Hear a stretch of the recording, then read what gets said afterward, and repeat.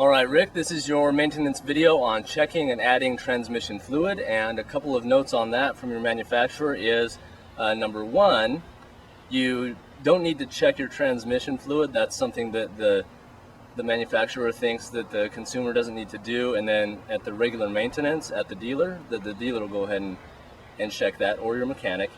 And number two is if you so wanted to go ahead and check your oil or change it yourself, then you need to use a special specific transmission fluid, and we'll take a look at what kind of fluid that is right now up at the engine.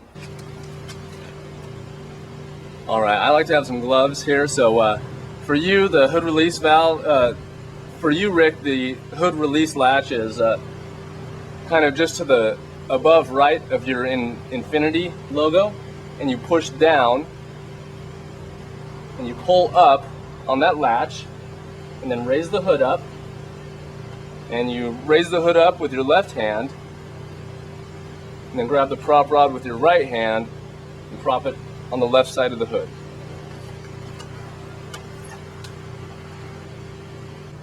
And the spot where the hood prop is supposed to go, there's actually an arrow that points to the hole where the hood prop goes. So here's the hood prop, and here's the arrow pointing to this hole where the hood prop goes.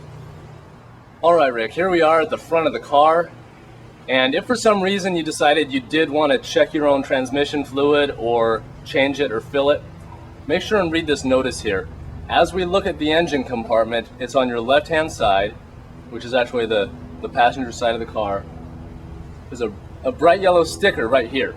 Okay, here's a special note on transmission fluid. When changing AT fluid, that's automatic transmission fluid, Nissan Matic Fluid D and other fluids will damage the transmission.